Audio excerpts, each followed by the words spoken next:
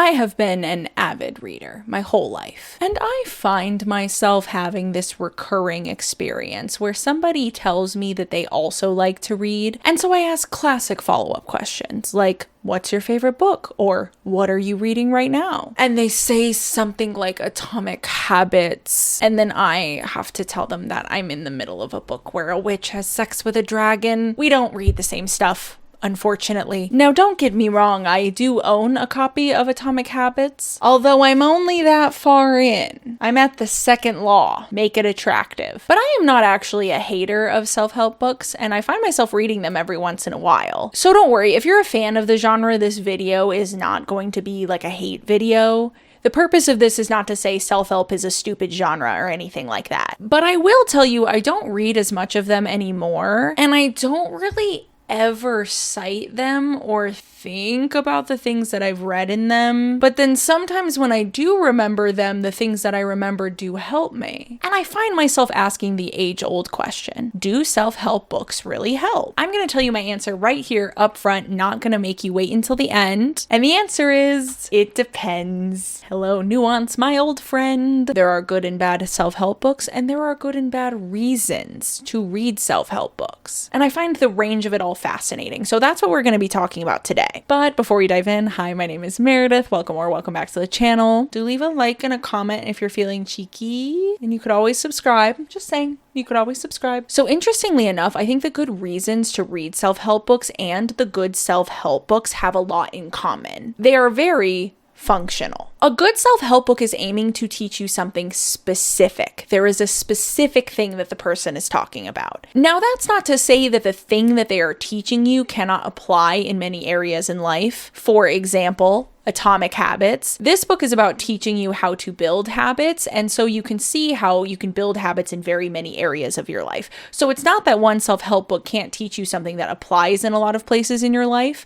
but Atomic Habits is ultimately about building habits. That is what the book is about. It's about something very specific. It teaches you something very specific, and you can learn the specific thing from it if you read it. Allegedly, I again am only this far in, so I should get on that. I've had that for at least 7 years. Another example is this book I have about ADHD. It's called Taking Charge of Adult ADHD, and it's by Russell A. Barkley. This is great. I have not finished it. Very ADHD of me. I got about that far in and completely forgot that this book existed because I put it away. Making this video reminded me that this book existed, and I'm really glad it did, because the advice I've read so far is super helpful when I remember that this book exists and I remember to implement the advice. And when I remember to implement the tips that it has taught me, it has actually helped me a bunch. I just have to figure out how to remember that the tips exist. But once again, this is about something specific. So this is a specific book about a specific topic that is teaching you a set of rules to help you take charge of your adult ADHD, which I clearly desperately need. And so the reason to read this type of self-help book is to learn the specific thing it's trying to teach you.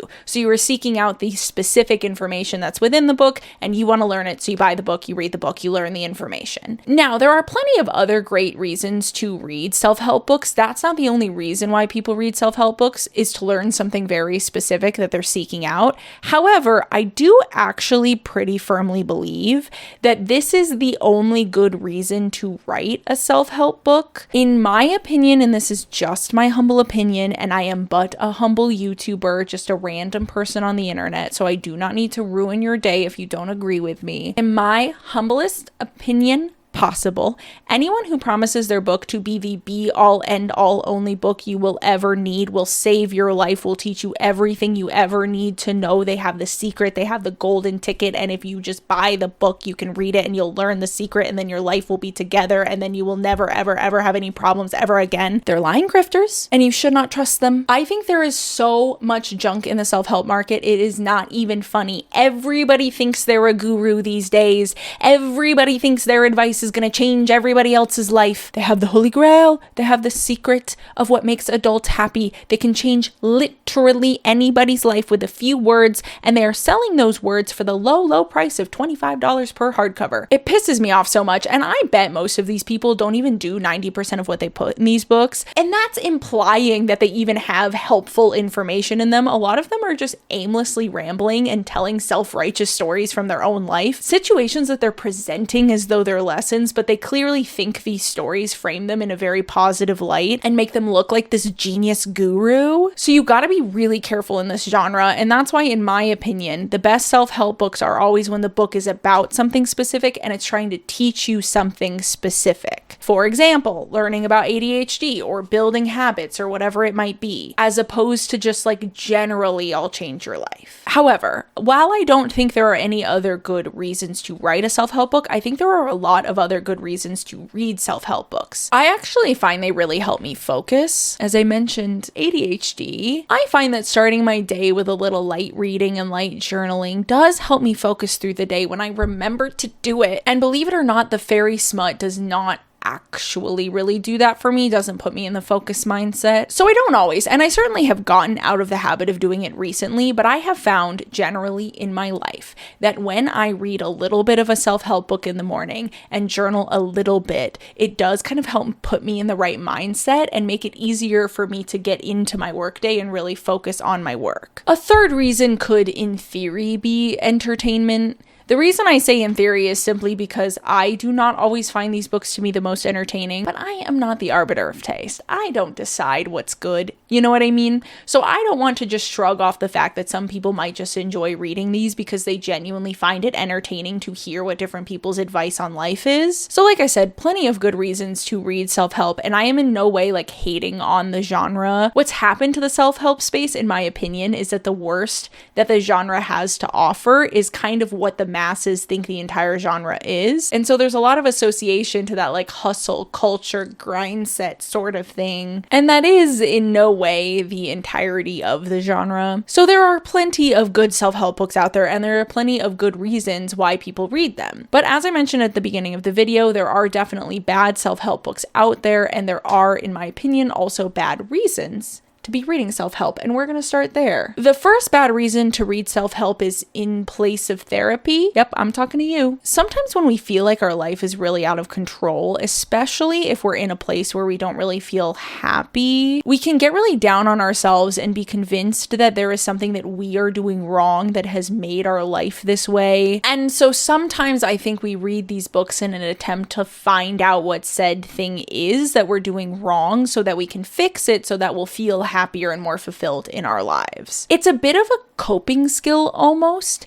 And to be fair, it's not the worst coping skill you can have. In fact, as far as like negative coping skills go, and I only use the word negative there to say it probably won't help you reach your goal, but it'll make you feel better in the moment, it's not that bad. There are probably 50 things I could list off the top of my head that are coping skills that are infinitely more negative for a person than reading a book. So when I say this, I'm in no way saying this is like horrible, especially because therapy itself is really expensive and very inaccessible. So I mean no pressure or guilt when I say any of this, but I think it's important to understand that that dejected feeling, that lack of happiness, that lack of fulfillment, more often than not is depression, or in my case, undiagnosed ADHD. And especially if you're reading these books on a journey to find whatever that thing is that you're doing wrong that makes it so that your life is such a mess, most likely what you're actually struggling with is self-love. And I'm speaking from experience. Sometimes the answer to your problems is to be nicer to yourself, not meaner. Bad self-help books tend to just aimlessly ramble, never say anything of substance, and not really offer anything to the reader that is actually going to help them. But the worst self-help books are full of this fake tough love attitude that really is just verbally abusing the reader and encouraging that reader then goes on to verbally abuse themselves. The idea being that tough love is going to toughen you up and like, yeah, you are the one screwing up your life, but don't worry, you can fix it if you implement my 5 tricks. And if that doesn't work, don't worry. I have a YouTube channel you can watch. I have like 7 other books you can buy. I have a course you could do. I have a conference you can attend. All of it's going to cost money, and all of it is just me telling you that this is all your fault so that you feel worse about yourself, so you keep coming back to me to figure out what it is you're doing. doing that's making your life such a mess. I think about this all the time with those hustle culture grind set bros. Yes, they are really annoying. Yes, they project a ton. Yes, they are a little bit a menace to society every once in a while, but ultimately they are victims of manipulation a lot of the time. And the creators are usually grifters, and the authors of these self-help books I'm talking about are usually grifters as well. And a lot of times they're kind of one and the same. The people who make the YouTube videos are the people who write the books, and teaching people to beat themselves up in an attempt to make their life better is just simply never going to work, especially if the problem somebody's struggling with is mental illness. And so it will kind of become this feedback loop where that person will continue returning to the content because the content isn't actually helping, but they're convinced the content isn't helping because they feel there's something about them that's not implementing the advice properly, not that the advice is bad. So it's something inherently wrong with me as to why this isn't working, not because the creator is just giving me bad advice. And so the creators are usually grifters, but I genuinely feel bad for the audience members that they manipulate. Most of them are probably just struggling with some kind of mental illness or some kind of situation. Maybe they don't like their job, maybe they're struggling financially, and they feel that sense of like dread and foreboding, and then they just consume this content that is essentially like that feeling is your fault. And if you just worked hard enough, you could fix all the problems that are making you feel that way. And so the reason you can't fix those problems is because there's something deeply inherently wrong with you. You're a failure, and that's why you're not happy. And so just stop being a failure and then you'll be happy. And that's how a lot of these creators operate. And you're like, okay, I don't really think that's helpful. You are not a machine, and you will never be perfect, nor can you make your life perfectly efficient. You will never actually fill every single hour of your day with productivity unless you are on drugs. Nobody's perfect. And that means that you are not perfect. But you cannot let the perfect be the enemy of the good. Just because you can't make it perfect, it doesn't mean you can't make it good. But striving for perfection will stop you from being able to make it good. We don't really associate the words beaten down and dejected with motivation and drive. And there's a reason for that. People who feel very dejected, who feel very beaten down, are not going to have motivation and drive. Right? That still applies if you're the one beating yourself down. Right? So that's just something to keep in mind. Like I said, I know therapy isn't always the most accessible thing ever, but if you do have access to it, it can be revolutionary. It has been for me. And if you don't have access to it, then I think the most important thing to remember is that you are not a machine and you will never be perfect. And if what you are striving for is perfection, then you are always going to fall short, and then you're always going to feel like you are falling short. It's not settling to set the standards lower than perfection if perfection is never going to be achieved. So easing yourself into things and not expecting yourself to just wake up tomorrow and snap out of it and get your life completely in order. Small goals, little goals, one thing at a time. Tomorrow, wake up and wash your face and brush your teeth. And if that's all you do differently than the day before, then it was still a success. Because if you didn't wash your face and brush your teeth the day before, then you're having a better day if you did those things, are you not? And so you have to set these little goals for yourself and set these little standards for yourself and let yourself feel good when you hit those goals. You're not gonna find the magic golden ticket in a self-help book. You're not gonna read the perfect words that just magically snap you out of mental illness. I wish it were that easy. So again, I'm in no way guilting people who maybe read self-help books for this reason because they're looking for that golden ticket. They're looking for that thing that just changes their whole mindset, that makes it so they spring out of bed the next day and deep clean their entire house. That person was me. That was part of why I used to read these books. That's why I know that is a reason why somebody could read these sorts of books. So I'm in no way trying to make anybody feel bad. I just want to call attention to it and maybe give some advice where I can with the things that I have learned in life. There's one other bad reason to read self-help that I'm just going to list really quickly. Superiority. There is a weird sense of superiority some people have with what they read. The reason I'm talking about it quickly is because that is a can of worms that if we open, we'll be here for another hour. So I'm planning on doing a whole separate video essay about that, about the weird like superiority we have about reading as a hobby and what books people read and all of that and why we think of it as like productive. Can of worms, not opening it. But for our purposes here today, I will just say reading is a hobby and it's supposed to be fun. And if you'd like to read to learn things, that's great, but that doesn't make you better than people who don't read to learn and just read for fun, and it also doesn't make you better than people who don't read at all. Stop assigning morality to random things that have nothing to do with morality. We have such a habit of doing that as human beings. Reading does not make you better than others, and what you read does not make you better than others either. But this brings me back around to I don't know why I just did that with my arms. What is this? What is this? Praying mantis core. Ooh, baby, let me eat your head after we wait, that actually almost just sounded so sexual. I'm pretty sure praying mantises eat the woman eats the man's like head, like his head, this head. Okay, I'm done. Video over. I'm not continuing after that. I joke.